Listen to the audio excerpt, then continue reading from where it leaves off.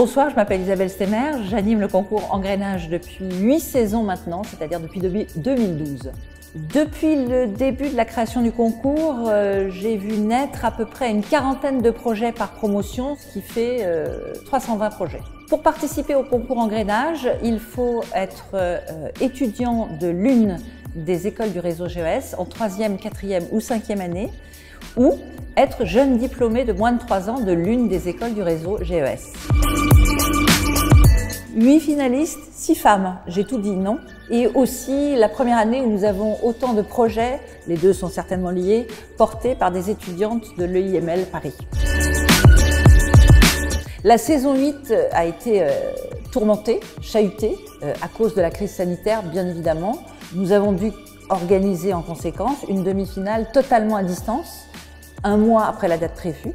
Et la finale que nous organisons ce soir se déroule cette année en 2 temps, puisque nous avons d'une part la compétition en présentiel mais à huis clos, c'est-à-dire que nous avons le jury en présentiel et les candidats, mais nous n'avons pas de public. En revanche, le public est présent à distance puisque la soirée est retransmise sur la chaîne YouTube du concours Engrenage.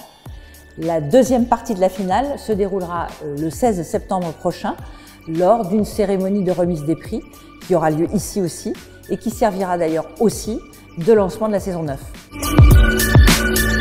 Depuis cette année, c'est une nouveauté, nous avons créé une association pour porter à la fois le concours, l'opérer et animer la communauté des anciens élèves qui sont entrepreneurs, à la fois anciens du concours ou pas. Et à terme d'ailleurs, que de plus en plus d'anciens du concours Engrenage participent au jury, participent au coaching. En fait, l'idée, c'est vraiment d'insuffler aux générations qui arrivent l'esprit d'entreprendre.